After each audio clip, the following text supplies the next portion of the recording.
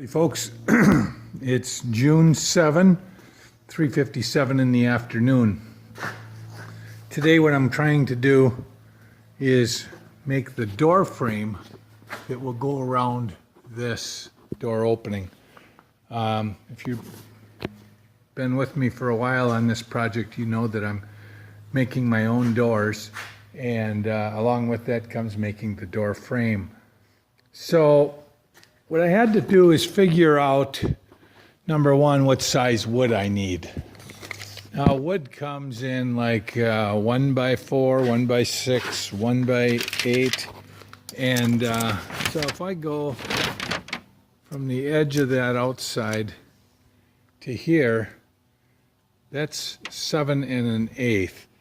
And then on the inside, there will be drywall. That's a 1/2 inch. So that means that I'm going to need wood that's 6 5/8. Now, unfortunately, that means I can't buy a 1x6 board. I have to buy a 1x8. And if you look, a 1x8 board is 7 1/4. So what I'll end up doing is taking these boards, which are 1x8, and I'll run them through my table saw to trim them down to be 6 5/8 inches wide. This is the top, and this is one side, and this is another side. Now, what I did on the sides is, and you can see it better here. You see, I did that groove. Now, if you look at it from the side, you'll notice that cut, it flares out at the bottoms. And I make that cut with my router and then this router bit. And we look at it here, you can see that it sort of flares out at the top, which once I put it on this, becomes the bottom. That's why it flares like that. Now, what I end up doing when I want to cut this groove is I run it through here. This is called a doweling jig, and I use a Porter cable. Now, I've not ever had much luck, but today I'm very proud of what I did. So I run these big long boards through here and line this part of it up with the line that I draw here, which is 1 3/8 from the top. And once it's there, I lock it down, and then I take my router and I run it through this groove, and it makes that. Now, what'll happen once this is all done and put together is this board here, which is only 36 3/4, will slide right onto there, and it'll be a tight fit. Now, that probably took me about an hour to do that. I did it over here on my test board, and this is nothing more than just an effort to see if I can in fact make it. And but like I say, it took a while to set that jig up so that it was cutting here on this board, because there's the groove.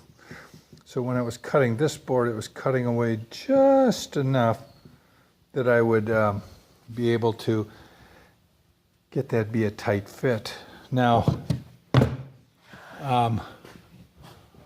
here, I'm going to actually put it on the floor,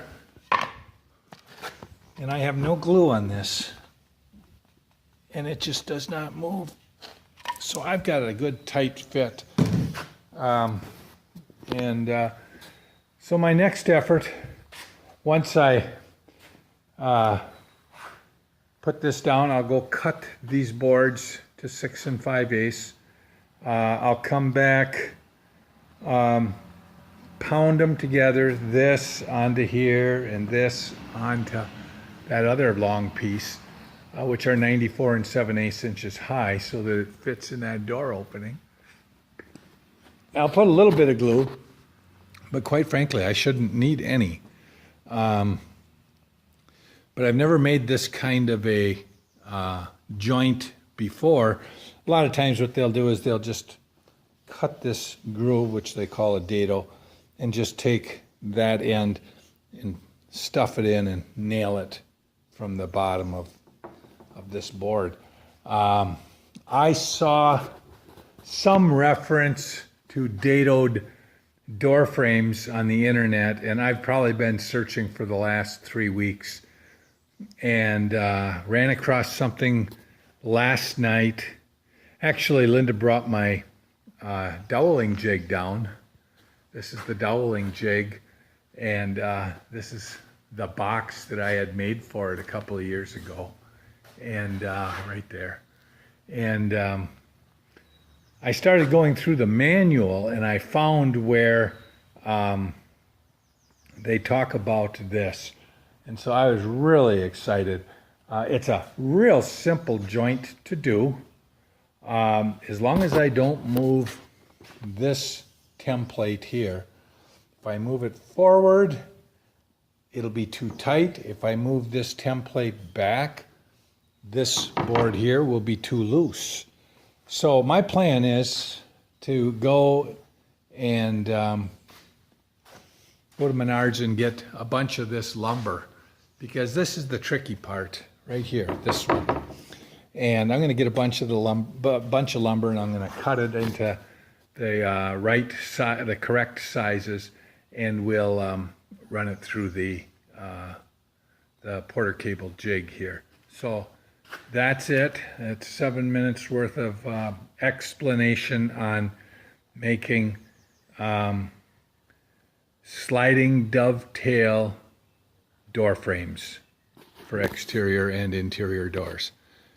Thanks for following our progress. Bye.